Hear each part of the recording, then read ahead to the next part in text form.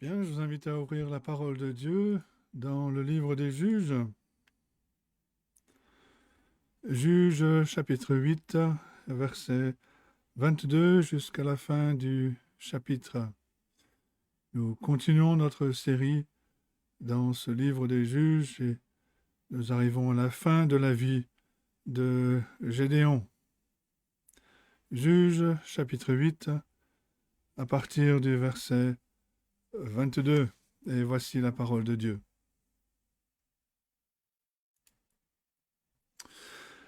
Verset 22. Les fils d'Israël dirent à Gédéon: Domine sur nous, et toi, et ton fils, et le fils de ton fils, car tu nous as délivrés de la main de Madian.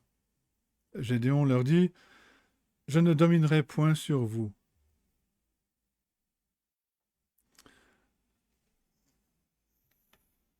Et mes fils ne domineront point sur vous. C'est l'Éternel qui dominera sur vous.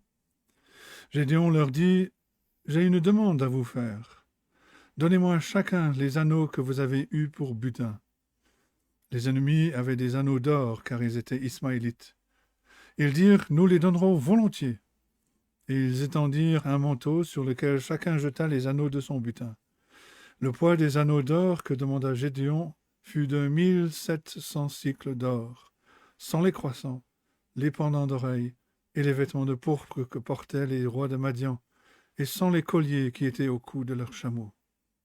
Gédéon en fit un éphod, et il le plaça dans sa ville Ophra, où il devint l'objet des prostitutions de tout Israël. Et il fut un piège pour Gédéon et pour sa maison. Madian fut humilié devant les enfants d'Israël, et il ne leva plus la tête. Et le pays fut en repos pendant 40 ans, durant la vie de Gédéon. Jérubal, fils de Joas, s'en retourna et demeura dans sa maison. Gédéon eut 70 fils issus de lui, car il eut plusieurs femmes. Sa concubine, qui était à Sichem, lui enfanta aussi un fils à qui on donna le nom d'Abimélec. Gédéon, fils de Joas, mourut après une heureuse vieillesse, et il fut enterré dans le sépulcre de Joas, son père, à Ophra, qui appartenait à la famille d'Abiézer. Lorsque Gédéon fut mort, les enfants d'Israël recommencèrent à se prostituer au Baal, et ils prirent Baal-Bérith pour leur Dieu. Les enfants d'Israël ne se souvinrent point de l'Éternel, leur Dieu, qui les avait délivrés de la main de tous les ennemis qui les entouraient. Et ils n'eurent point d'attachement pour la maison de Jérubal, de Gédéon, après tout le bien qu'il avait fait à Israël. Et jusque-là, la parole de Dieu. Dieu a un principe général, un principe primordial pour son peuple, qui met tous les autres commandements à leur place. Il a dit aux Israélites un peu plus tôt dans leur histoire, en Deutéronome 10, verset 12, « Maintenant, Israël, que demande de toi l'Éternel ton Dieu, si ce n'est que tu craignes l'Éternel ton Dieu, afin de marcher dans toutes ses voies, d'aimer et de servir l'Éternel ton Dieu de tout ton cœur et de toute ton âme. » Et à cette même période de l'histoire d'Israël, Dieu leur a donné tout un ensemble de lois, des commandements multiples qu'il voulait que le peuple garde. Et le Seigneur Jésus a cité ce même commandement quand un docteur de la loi lui a demandé quel était le plus grand commandement de la loi. Matthieu 22, verset 37, Jésus lui répondit: « Tu aimeras le Seigneur ton Dieu de tout ton cœur, de toute ton âme et de toute ta pensée. » Bien entendu, Jésus a donné cette instruction à un juif qui vivait sous la loi de Moïse. Lorsque Jésus est mort sur la croix, il a amené à leur réalisation toutes les exigences de la loi de Moïse. Mais est-ce que cela veut dire que le peuple de Dieu ne doit plus aimer le Seigneur aujourd'hui? Bien sûr que non. Ceux que le Seigneur Jésus a délivrés de l'emprise du péché par son sacrifice sont redevables du même amour spécial envers lui que l'amour qui était exigé par la loi de Dieu. L'apôtre Paul écrit en 2 Corinthiens 5, verset 14, « Car l'amour de Christ nous presse, parce que nous estimons que si un seul est mort pour tous, tous donc sont morts. 2 Corinthiens 5, verset 14. C'est l'amour de Christ qui nous contraint, qui nous motive, qui nous pousse dans nos plans, dans nos désirs, dans nos actions dans la vie. Cela peut dire que c'est l'amour de Christ pour nous qui nous presse. Mais cela peut aussi dire que c'est notre amour pour Christ qui nous presse. Et comparé au grand commandement d'aimer Dieu de tout notre cœur, on peut facilement conclure que d'une façon similaire, notre amour pour Christ nous garde dans une communion avec lui. Et ce principe primordial est d'une importance capitale parce que la vie nous offre tellement de distractions. Il est tellement facile pour nous de nous focaliser sur autre chose, même des choses qui sont bonnes en elles-mêmes, jusqu'à négliger notre amour et notre communion avec Christ. Et quand nous devenons aussi distraits, nous ne sommes plus tellement soucieux d'obéir à Christ. Et nous nous éloignons naturellement de toutes sortes de péchés qui deviennent douloureux. Si le Seigneur, dans sa grâce, ne nous arrête pas dans notre rébellion, nous allons vers un désastre spirituel terrible, qui pourrait même se terminer en désastre physique. Et c'est ce qui est arrivé à Gédéon et aux siens. Dieu, par amour, nous l'avons vu, a délivré son peuple de ses ennemis d'une manière miraculeuse. Et dans la foulée de la délivrance que Dieu leur a accordée, Gédéon a conduit le peuple à faire quelque chose qui peut sembler innocent au début. Mais avec le temps, cette chose d'apparence innocente est devenue une distraction, de sorte que le peuple d'Israël est retourné se vautrer dans le péché, d'où l'Éternel les avait délivrés. Et nous devons donc apprendre de leurs erreurs et saisir l'importance de continuer à aimer le Seigneur à chaque instant.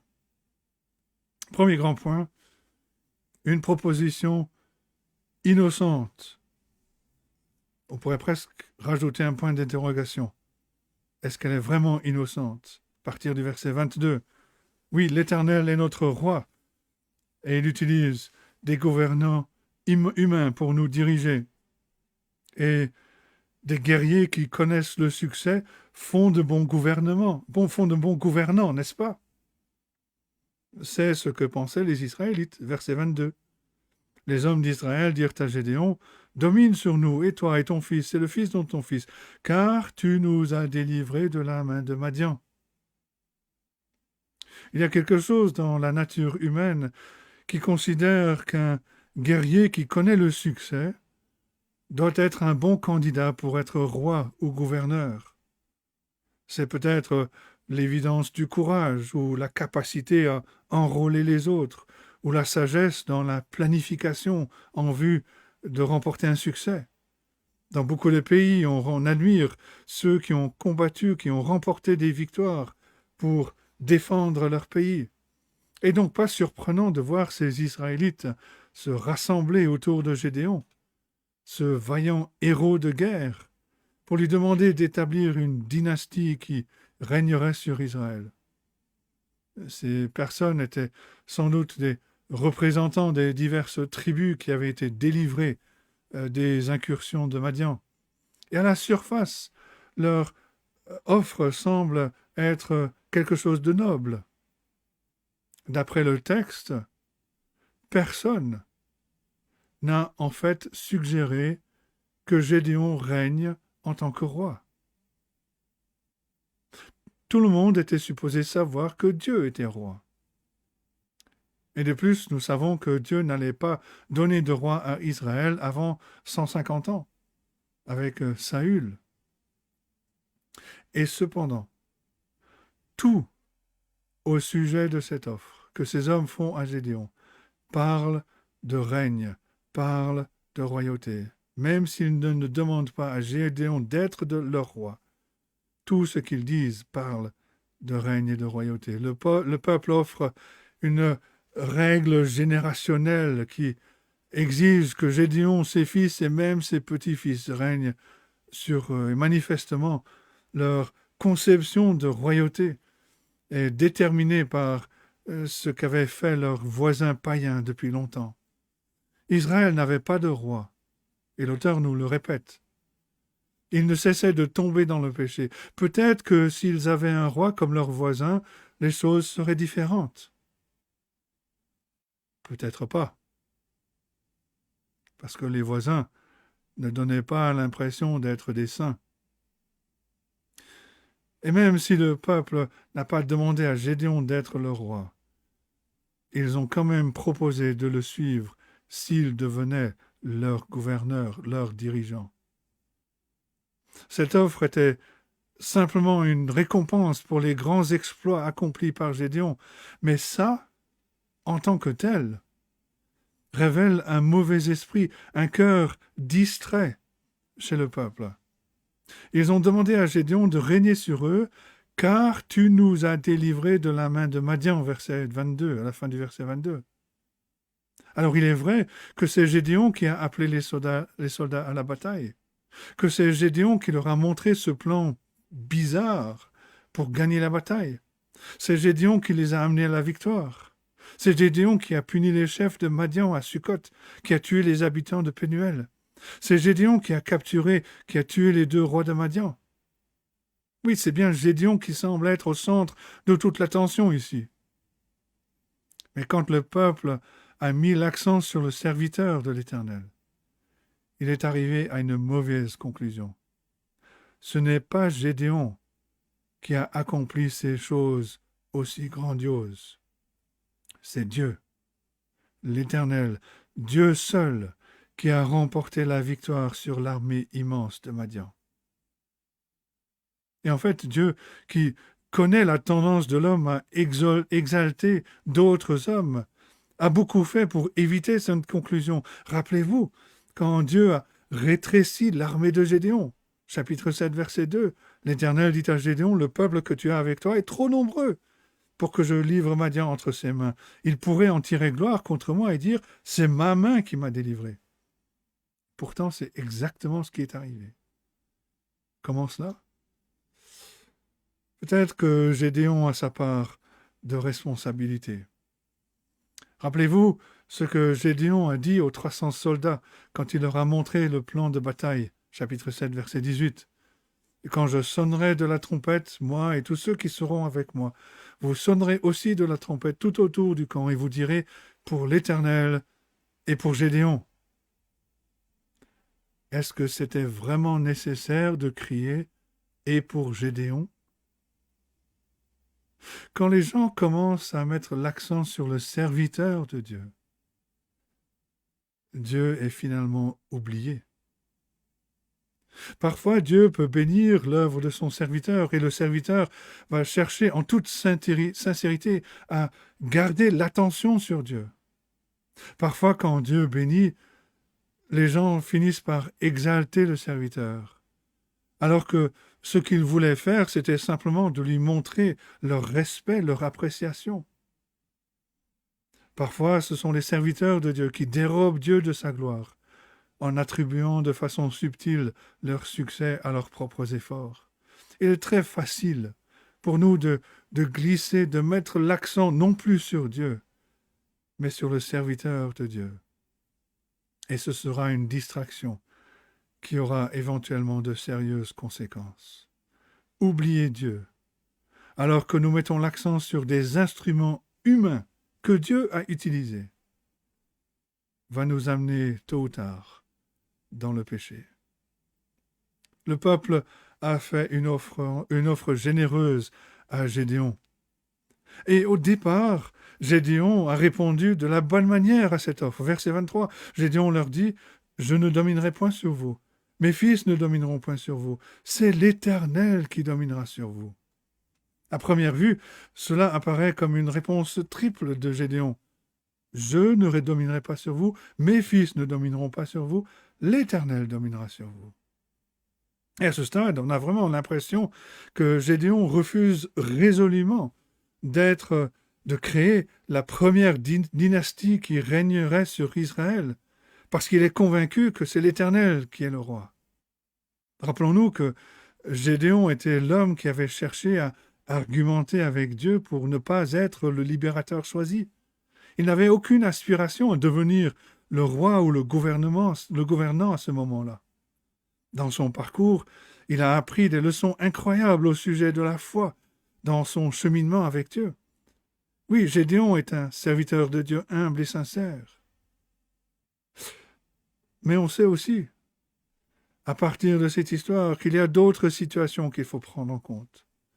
Est-ce que Gédéon a démontré une vengeance personnelle contre les habitants de Sukkot et de Pénuel? Il y a peu de doute que Gédéon ait tué les 2 rois de Madian par vengeance personnelle, et il a révélé sa nature humaine dans ces situations. Mais avec ce refus de cette offre, Gédéon reconnaît encore que l'Éternel était roi sur son peuple. Oui, peut-être. Avant que le serviteur de Dieu ne sombre dans le désastre, il y a généralement des signes qui indiquent un échec imminent. Quand le peuple a glorifié Gédéon pour ses succès militaires, pourquoi Gédéon ne les a-t-il pas corrigés? Pourquoi Gédéon n'a-t-il pas dit « Oh là, attendez les gars, ce n'est pas moi qui vous ai délivré de Madian, c'est l'Éternel qui l'a fait. » Pourquoi Gédéon ne les a-t-il pas corrigés? Il est simplement possible que Gédéon était comme les autres serviteurs de Dieu qui disent des choses correctes, même quand leurs cœurs sont distraits par d'autres choses. Il est intéressant de voir dans cette petite histoire comment un homme a tellement mis l'accent sur ses incapacités, son insignifiance. Il n'était un moins que rien d'une tribu insignifiante. Comment il a mis l'accent sur son manque d'ambition, qu'il a argumenté pour ne pas faire l'œuvre de Dieu. Dieu a finalement convaincu cet homme, lui a enseigné un grand nombre de leçons de la foi. Il s'est révélé à lui comme le Dieu tout-puissant. Il a apporté la victoire à travers cet homme réticent. Et avant même qu'on le sache, cet homme humble, insignifiant, est en train de dérober Dieu de sa gloire, parce qu'il met l'accent sur lui-même. Peut-être que le souci de soi était le problème au départ. Gédéon refuse l'offre d'établir une dynastie. Il rappelle au peuple que c'est l'Éternel qui est leur roi. Mais en même temps, Gédéon agit comme s'il était le roi. Après avoir dit qu'il ne voulait pas avoir cette responsabilité, Gédéon lance un appel pour une offrande volontaire, verset 24. Gédéon leur dit « J'ai une demande à vous faire. Donnez-moi chacun les anneaux que vous avez eus pour butin. » Les ennemis avaient des anneaux d'or, car ils étaient ismaélites. Gédéon savait que les 300 guerriers et toutes les autres personnes qui s'étaient jointes à eux pour poursuivre et pour vaincre l'ennemi, il savait qu'ils avaient rassemblé beaucoup de butin de Madian. Immédiatement après avoir refusé de devenir leur roi, Gédéon demande une offrande d'une partie du trésor que le peuple avait gagné. Pourquoi? Quel était son plan? Une chose est certaine, c'est qu'une offrande volontaire qui lui était donnée serait un signe de soumission. Chaque roi dépend de la soumission de ses sujets. Et nous savons, et nous allons le voir dans le reste de l'histoire, ce que Gédéon allait faire avec cette offrande. Mais même la fabrication de l'éphod est une question de porter l'attention sur lui-même. On va revenir sur l'éphod dans quelques instants. Et le peuple a participé volontairement à cette offrande, versets 25 et 26, et ils dirent « Nous les donnerons volontiers ». Et ils étendirent un manteau sur lequel chacun jeta les anneaux de son butin. Le poids des anneaux d'or que demanda Gédéon fut de 1700 cycles d'or, sans les croissants, les pendants d'oreilles et les vêtements de pourpre que portaient les rois de Madian, et sans les colliers qui étaient au cou de leurs chameaux. Quand le peuple s'est mis d'accord de donner volontairement, ce n'était pas des paroles en l'air. Ils ont donné des bijoux dont le poids était de 1700 cycles d'or, environ 27, presque 28 kilos. Et au prix de l'or aujourd'hui, c'était un trésor d'une valeur estimée à plus de 1,3 million d'euros. Ça ressemble beaucoup à la rançon d'un roi. Et tout cela a été rajouté à la collection personnelle de Gédéon, fin du verset 26. Les croissants, les pendants d'oreilles et les vêtements de pourpre que portaient les rois de Madian, et les colliers qui étaient au cou de leurs chameaux. Quelle est la conséquence de cette proposition? Deuxième grand point. Les cœurs partagés sont révélés à partir du verset 28. Dieu a béni la nation malgré ses distractions. Parce que le peuple était distrait, leur cœur n'était plus fixé sur Dieu. Ou alors c'est l'inverse, parce que leur cœur n'était plus fixé sur Dieu. Ils étaient distraits. Et la distraction dont on parle trouve son origine dans l'action de Gédéon. Verset 27. Gédéon en fit de tout ce trésor qu'il a amassé. Il en fit un éphod, et il le plaça dans sa ville à Ophra, où il devint l'objet des prostitutions de tout Israël, et il fut un piège pour Gédéon et pour sa maison. L'éphod était quelque chose de bien connu parmi le peuple d'Israël. Dieu avait donné l'ordre à Moïse de faire fabriquer un éphod bien spécifique pour le souverain sacrificateur. Il devait être tissé dans un matériau spécial, avec de belles couleurs, et même inclure l'or. Le souverain sacrificateur portait cet éphod par-dessus ses habits, pendant qu'il accomplissait son ministère devant l'Éternel dans le tabernacle. Les noms de chaque tribu d'Israël étaient inscrits sur l'éphod. Et sur le devant, il y avait aussi une poche qui contenait l'Urim et le Tumim, que le souverain sacrificateur utilisait dans certaines circonstances bien spéciales pour déterminer quelle était la volonté de Dieu. On n'est pas sûr si c'était des pierres ou des pièces que le souverain sacrificateur lançait, et en fonction de comment elles tombaient, il avait la réponse, qu'elle était positive ou négative. Et il considérait que c'était la réponse venant de Dieu. Mais qu'est-ce que Gédéon allait faire avec cet éphod? Est-ce qu'il avait l'intention d'avoir un ministère de sacrificateur en même temps que de gouverner sur le peuple? L'éphod était aussi utilisé dans les pratiques religieuses des païens. Des hauts dignitaires, des officiels, parfois des rois, portaient des éphods à des moments des fêtes religieuses, des fêtes nationales. Et les dirigeants des religions païennes allaient revêtir un éphod quand ils adoraient ou quand ils offraient des sacrifices à leurs faux dieux. Mais la pire pratique était de localiser l'éphod dans un endroit bien précis, où très souvent l'éphod recouvrait une idole, recouvrait la représentation d'un faux dieu. Et Gédéon plaça cet éphod dans sa ville, qui est devenue un lieu de culte rival au tabernacle. Gédéon voulait que le peuple vienne vers lui pour trouver conseil, pour voir sa ville comme étant le lieu où l'on pouvait trouver Dieu, alors que Dieu rencontrait son peuple au tabernacle.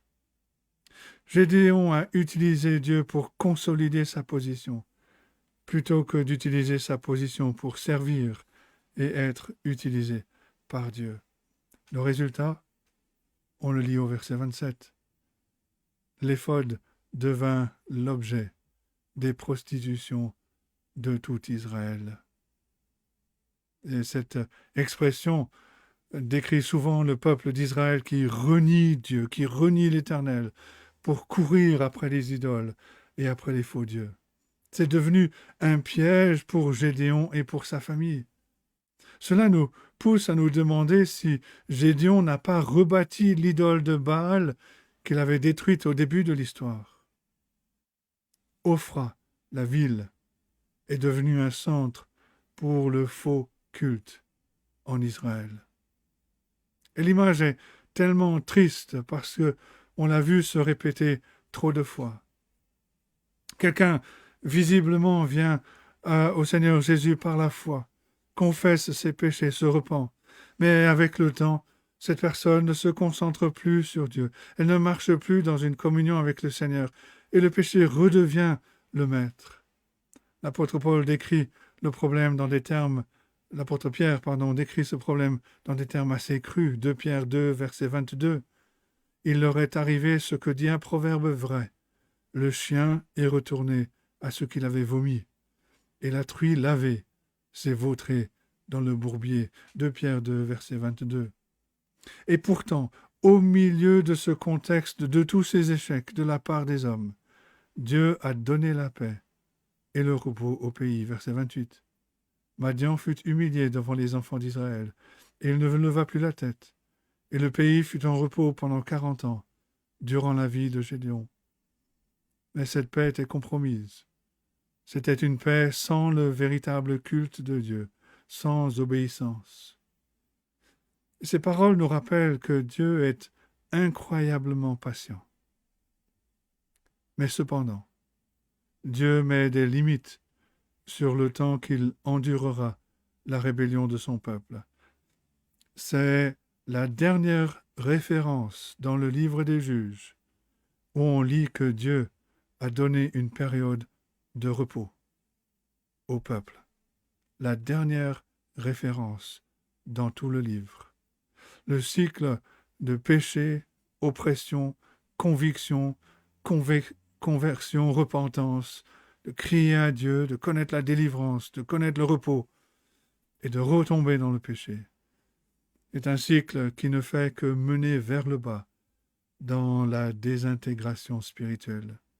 Et la fin de cette désintégration spirituelle ne sera douloureusement évidente quand on étudiera l'histoire du Lévite qui découpa le corps de sa concubine pour envoyer les différents morceaux dans tout le pays. Juge, chapitre 19. À quelle distance se trouve notre monde occidental d'une telle anarchie?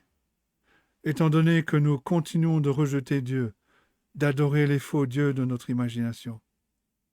Est-ce que nous connaissons quelqu'un qui est pris dans ce cycle de désintégration quand on voit le péché qui ruine leur vie, pas après pas? Dieu est patient, n'est-ce pas? La sagesse humaine arriverait à la conclusion que Dieu a béni Gédéon malgré son dévouement un peu mou. Mais en fait, ce qui semble apparaître comme étant la bénédiction de Dieu est en fait le résultat de l'ambition et des efforts de l'homme. Gédéon a manifesté son égocentrisme, il était centré sur lui-même. Il n'y a rien de mal à ce que Gédéon vive dans sa maison, n'est-ce pas? Verset 29. Jérubbal, fils de Joas, s'en retourna et demeura dans sa maison.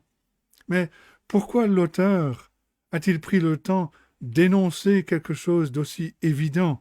Gédéon demeura dans sa maison. Tout d'abord, considérez le nom que l'auteur donne ici. Il ne l'appelle pas Gédéon. On se rappelle en Juge 6, verset 32, que Jérubbal veut dire que Baal plaide contre lui.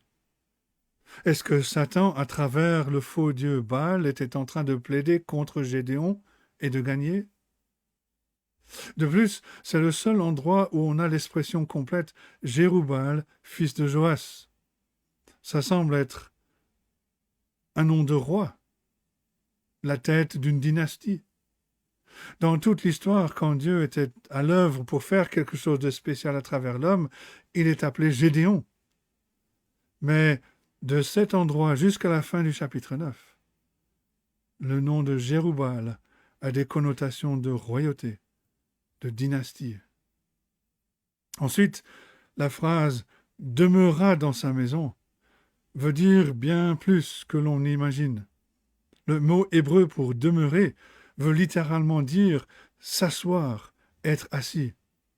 Ce mot est souvent utilisé pour parler du roi qui est assis sur son trône, c'est-à-dire qu'il s'est emparé du règne sur le peuple. On peut conclure très honnêtement que Gédéon s'est détaché de la maison de son père. Il s'est assis en tant que roi dans sa propre maison, à l'endroit où il avait dressé l'objet du faux culte. C'est pas tellement différent de l'image de l'Antichrist en Daniel et dans l'Apocalypse, qui met son image dans le temple de Dieu et s'assoit comme gouverneur pour remplacer Dieu. Et enfin, on peut tous convenir que Gédéon n'avait pas besoin de beaucoup de femmes. Pourtant, verset 30 nous dit « Gédéon eut 70 fils issus de lui, car il eut plusieurs femmes. » Et en fait, la collection de femmes, c'était ce que faisaient les rois. Nous savons d'après la Bible que la plupart des rois dans l'Ancien Testament avaient plusieurs femmes, dans le but d'avoir un grand nombre de fils. Bien entendu, cette pratique était à l'opposé du plan de Dieu et de son commandement pour un homme de n'avoir qu'une seule femme. Et Gédéon, il nous a dit, avait une concubine, verset 31. Sa concubine était à Sichem, lui enfanta aussi un fils, à qui on donna le nom d'Abimélec. Abimélec est cité à cause de tous les ravages qu'il va provoquer en Israël. Mais c'est aussi significatif que le nom d'Abimélec veut dire « Mon père est roi ». Et Abimélec va interpréter cette idée de façon littérale et va argumenter quelques années plus tard qu'il avait un droit légitime de reprendre le règne de son père. Juge, chapitre 9, les premiers versets. Et si Gédéon n'était pas en train d'agir comme roi, il n'y avait pas de règne, et donc il n'y avait aucun droit de reprise qui serait valide. Et bien qu'il donne l'impression de rejeter l'offre du peuple de devenir leur roi, Gédéon a agi comme un roi et a enfreint toutes les règles de Dieu en agissant ainsi.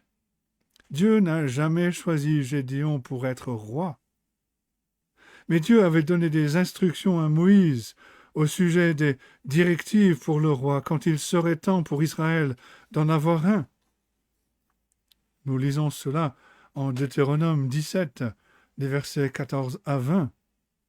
Deutéronome 17, à partir du verset 14, « Lorsque tu seras entré dans le pays que l'Éternel ton Dieu te donne, lorsque tu le posséderas, que tu auras établi ta demeure et que tu diras, je veux mettre un roi sur moi, comme toutes les nations qui m'entourent, tu mettras sur toi le roi que choisira l'Éternel, ton Dieu. Tu prendras un roi du milieu de tes frères, tu ne pourras pas te donner un étranger qui ne soit pas ton frère. Mais qu'il n'ait pas un grand nombre de chevaux, qu'il ne ramène pas le peuple en Égypte pour avoir beaucoup de chevaux. Car l'Éternel vous a dit, vous ne retournerez plus par ce chemin-là. Qu'il n'ait pas un grand nombre de femmes, afin que son cœur ne se détourne point, et qu'il ne fasse pas de grands amas d'argent et d'or. Quand il s'assiera sur le trône de son royaume, il écrira pour lui dans un livre une copie de cette loi, qu'il prendra auprès des sacrificateurs les Lévites. Il devra l'avoir avec lui et y lire tous les jours de sa vie, afin qu'il apprenne à craindre l'Éternel son Dieu, à observer et à mettre en pratique toutes les paroles de cette loi et toutes les ordonnances, afin que son cœur ne s'élève point au-dessus de ses frères, et qu'il ne se détourne de ses commandements ni à droite ni à gauche, afin qu'il prolonge ses jours dans son royaume, lui et ses enfants, au milieu d'Israël. Gédéon a commis un grand nombre d'erreurs dans sa vie, mais il eut une fin heureuse. Verset 32. Gédéon, fils de Joas, mourut après une heureuse vieillesse, et il fut enterré dans le sépulcre de Joas, son père, à Ophra, qui appartenait à la famille d'Abiézer. Une vie longue était considérée comme une bénédiction de la part de Dieu. Être enterré avec ses proches était une bénédiction de la part de Dieu. Mais cela ne veut pas dire que Dieu approuvait les échecs de Gédéon et du peuple d'Israël. Et Gédéon et le peuple avaient échoué misérablement. Et Dieu n'est pas surpris par cet échec. Quand le peuple rejette Dieu, ce n'est pas une surprise pour Dieu. Nous lisons verset 33, lorsque Gédéon fut mort, certaines traductions nous disent « dès que Gédéon fut mort ». Les enfants d'Israël recommencèrent à se prostituer au Baal, et ils prirent Baal-Bérith pour le Dieu. Baal-Bérith veut dire le Seigneur de l'Alliance. Au lieu d'être fidèle au Dieu de l'Alliance, à l'Éternel, le peuple a fait alliance à une idole, à qui il a donné le nom, le Seigneur de l'Alliance. C'est terrible. Et cela ne devrait même pas nous surprendre. Parce que lorsque Gédéon était encore vivant, le peuple courait après l'éphod qu'il avait fabriqué pour l'adorer. Cette culture était prise dans une spirale descendante, allant de déclin à l'apostasie. Et toute culture qui se dirige vers l'apostasie oubliera les bénédictions de Dieu. Les compatriotes de Gédéon ne se sont pas rappelés que c'était l'Éternel qui les avait délivrés de leurs ennemis. Verset 34, les enfants d'Israël ne se souvinrent point de l'Éternel leur Dieu qui les avait délivrés de la main de tous les ennemis qui les entouraient. C'était clair au début quand ils ont attribué la victoire à Gédéon. Et cela arrive très facilement quand des chrétiens professants oublient qu'ils ont la délivrance du péché et la victoire sur le péché, non pas par leur force et par leur sagesse, mais seulement en Dieu, par Jésus-Christ. Les compagnons de Gédéon ont aussi oublié comment Dieu les avait délivrés. Verset 35, ils n'eurent point d'attachement pour la maison de Jérubbaal, de Gédéon, après tout le bien qu'il avait fait à Israël. Dieu avait choisi d'utiliser Gédéon, et le peuple aurait dû avoir de la gratitude envers sa famille. Combien nous devons élever des pierres de témoignage dans nos vies pour nous rappeler quand et comment Dieu nous a délivrés de notre péché. Qu'est-ce qui est plus triste qu'une histoire d'un serviteur de Dieu qui a eu du succès et qui ne se termine pas bien? Les serviteurs de Dieu sont humains. Ils sont sujets à toutes les faiblesses que n'importe quel humain peut connaître. Les faiblesses qui causent l'échec ne peuvent être surmontées que lorsque l'on reste concentré sur Dieu, lorsque les regards sont fixés sur les choses d'en haut et non sur les choses de ce monde.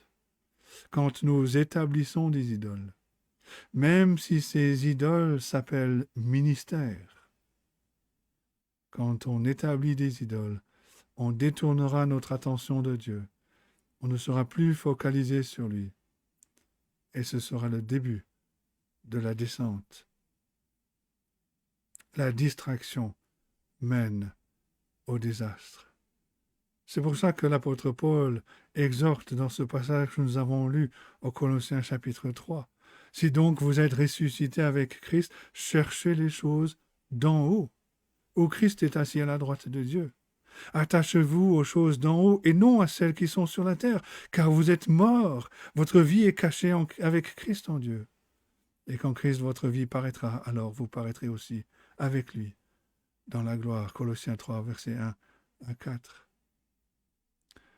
C'est aussi une bénédiction pour nous de pouvoir regarder à celui dont chaque juge est une ombre, pour voir comment il a utilisé sa position. Et contrairement à Gédéon, Jésus avait tous les droits d'exiger qu'on le serve comme roi. Contrairement à Gédéon, Jésus est le tabernacle. Il est l'habitation ultime de Dieu sur terre. Mais il a résisté à la tentation de régner avec puissance sur les nations, parce qu'il n'était pas venu pour servir. Il n'est pas venu pour être servi, mais pour servir et donner sa vie en rançon pour beaucoup.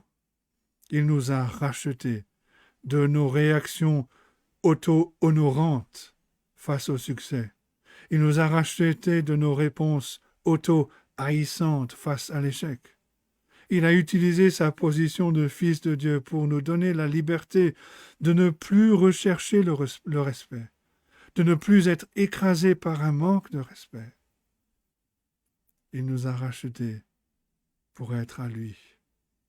Et contrairement à l'éphod, le Seigneur Jésus-Christ est le seul que nous devons adorer.